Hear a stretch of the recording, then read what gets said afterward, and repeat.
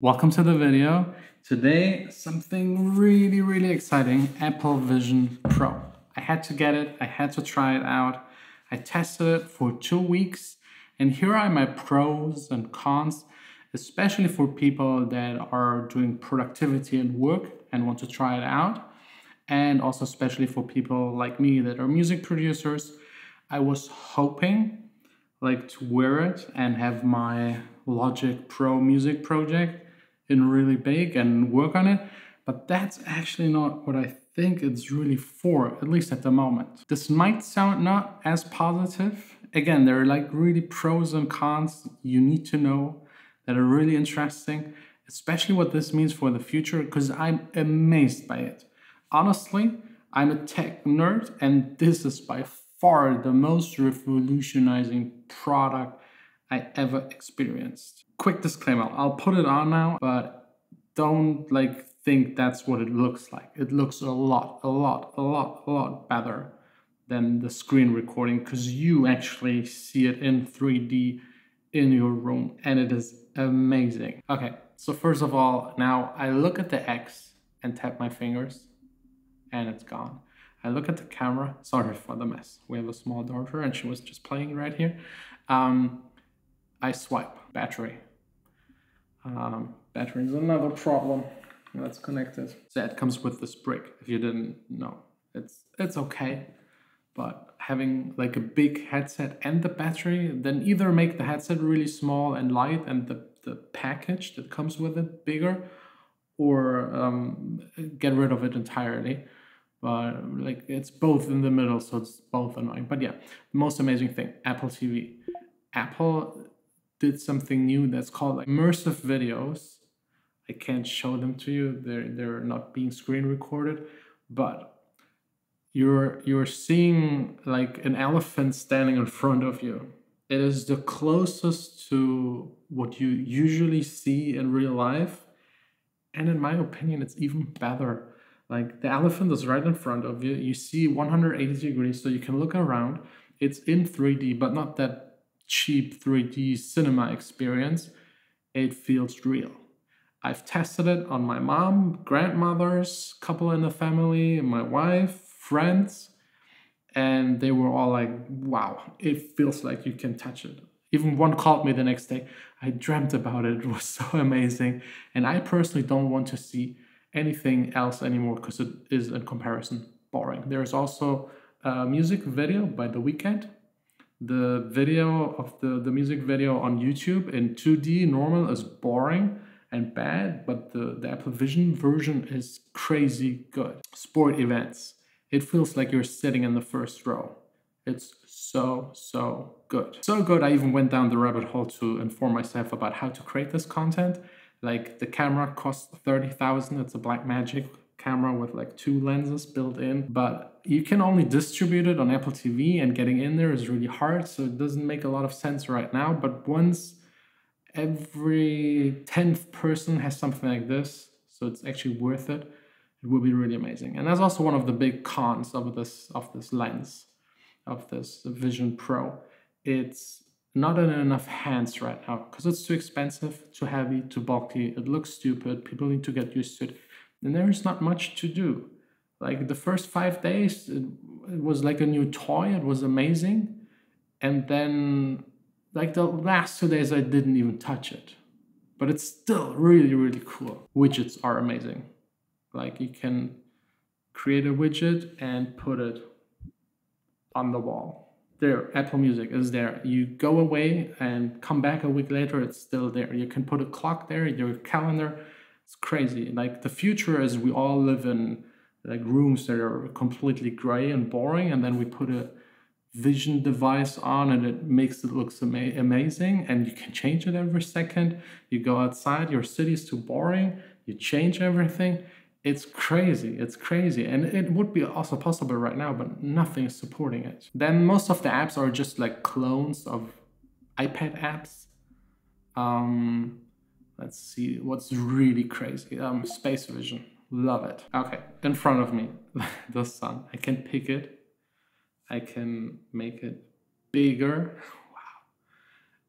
and then I can just like stand up, don't forget the battery, and just walk around like the solar system within my living room. You see there at the very end is Mars. I can like grab it, put it right in front of me, turn it, and it's showing all of this in real time. Earth, there it is. Right in our guest bathroom. Pick it up, make it big. But yeah, now the Earth is inside here, like 1.5 meters in diameter. It's crazy. And you can just walk and walk and walk and even walk through it, which is a little weird. And again, what you're seeing is just a screen recorded. It looks so much better. Anyways, let's close it. But I love SimCity. So for example, right here, you got this entire city in front of you.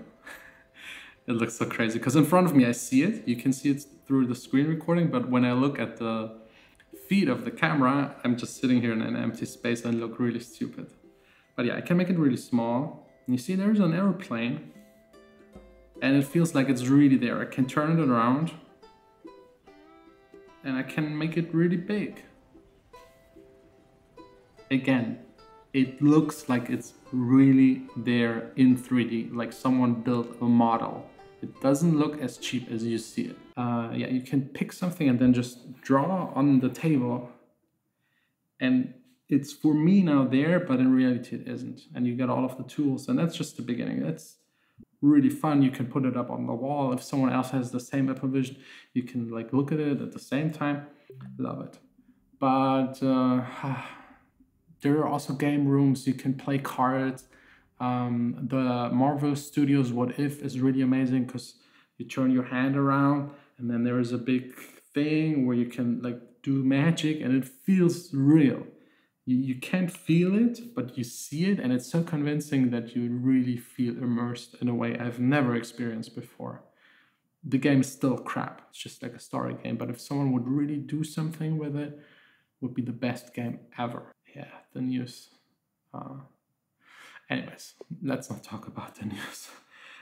You can type like this. You physically touch it, which feels crazy that it even works, or you look at it and click. But it's way too slow. You can only use 2 fingers or with your eyes. If you don't have anything else, you can use it and try it.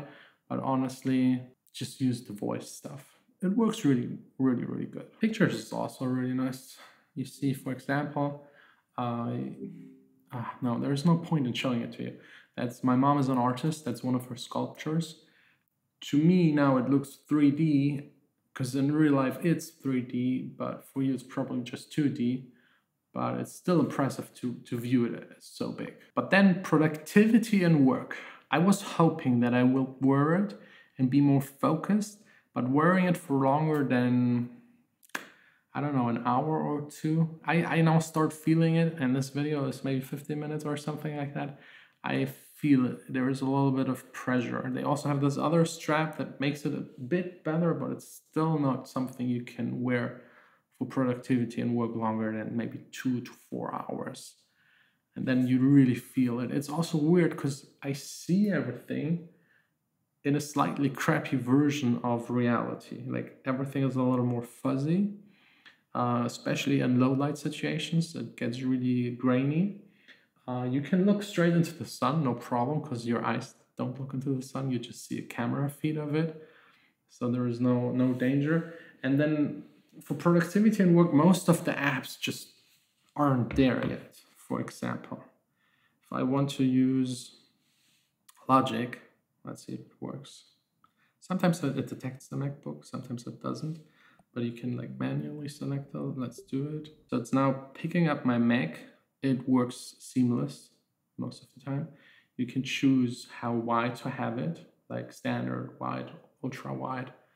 But it's a little bit blurry because it uses the pixels, like the screen of the Mac, and it doesn't adapt to the high pixel count the Vision Pro has. So you really need to place it in the perfect distance and size to make it workable. Like I need to make it bigger than I want to be able to read properly.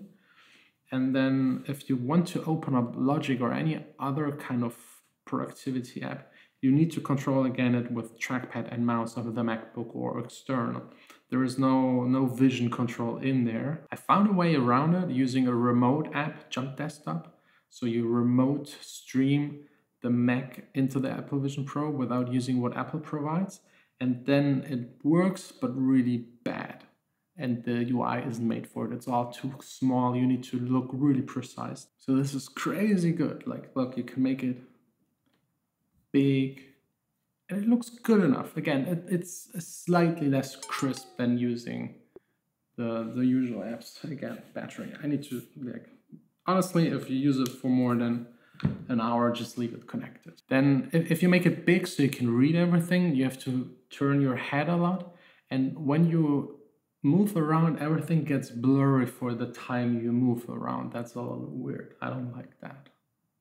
But again, it's very impressive for a first generation product. It's leaps ahead of anyone else. I'm very excited for this market. I'm very excited to see what else will happen. But yeah, it's time to get rid of it. I think I demoed everything I wanted. And this moment is usually, it's brighter, like real light is brighter. Well, so weird. But yeah, back to reality. The crazy part is everything is there where it is. You can throw a ball and catch it, no problem. You can walk around, no problem. But it's a little weird. It's like very close to reality, closer than anything else, but not close enough. And honestly, if Apple or any other company makes it lighter, cheaper, it needs to be like 2000 max. Because then I think people will start buying it. Like, let's say a dedicated gamer wants to buy a new monitor. And they can get quite expensive. For a little more, you get something like the Apple Vision Pro that is just way better, way more amazing, way more immersive. And I think also games will adapt to it more and more, simulations and stuff like that you already have right now. And then if all of the gamers have it, then maybe there will be YouTube content for it, videos, then other people will adapt. And I think in 5, 10, 15 years, we could have a situation where like every fifth household has it, where it's like having, I don't know, like a big TV replacement kind of. Where it gets really interesting is if they make it as small as normal glasses. It could replace your phone, it could replace your iPad, it could replace your Mac. In my vision, they would also get rid of the like CPU, the calculating power. So it's just getting Wi-Fi. And all of the computing is done on servers, like they tried out with some gaming stuff, where remote gaming, once everything's more stable and more advanced, the products can be a lot smaller. Because like in here, think about it. There is an M2 and I think R1 or something, another chip for like stitching everything together. It's a full computer, it's a full MacBook. My first M1 was like less capable than this. It gets even smaller. It's crazy how they put everything in there. Like really technological wise, it's amazing. Anyways, let me know what you think. This is unfortunately going back to the friend where I got it from, and I'm not buying one, not yet. Very excited for version 2. If they make version 2 like a little less heavy and a little smaller package, I would probably get one. Because imagine a studio where there's not a screen, you're just sitting in your chair and you got it on and have like all of the screens around you. They need multi-window support. Right now you can just mirror your Mac in one window, like having 2, 3, 5. That would be really amazing. And there is so much room for improvement, but Apple is neglecting it a little too much in my opinion. There was a new OS update that I also have installed. It's in the right direction, but it's still too little to make it really a success. And apparently 4,000, it's 4,000 euros in Germany. I think 3,500 US dollars is too much. Like if they want it to be a consumer product, and Apple is all about consumers, even if they call things pro, it needs to cost less and do more. It's like the chicken egg problem. Right now it's not worth it to buy it because there are not enough apps. The people that make the apps don't want to make them because not enough people use it. But I think they'll manage. Anyways, that's it. I could talk for hours about this thing. Just it's crazy good, but also a crazy opportunity missed in my opinion. But let's see. There's still a couple of years ahead to improve it. I hope Apple doesn't neglect it entirely. I think they can't. There's too much good stuff about it. So let's see what happens in the future. Let me know what you think about the Apple Vision Pro, if you've tried it out, and what you think about all of the other goggles. I've tried out a couple of them and they feel very gimmicky and boring, even more than the Apple Vision Pro. This feels like the right point to start this entire like augmented reality vision.